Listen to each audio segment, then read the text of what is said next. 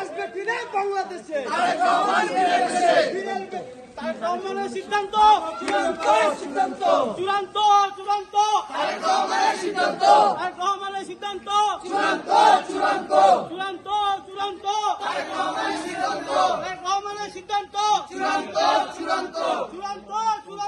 তারেক রহমানের সিদ্ধান্ত এনাম নয়ন পরিষদ সবার সেরা পরিষদ এনাম নয়ন পরিষদ সবার সেরা পরিষদ এনাম নয়ন পরিষদ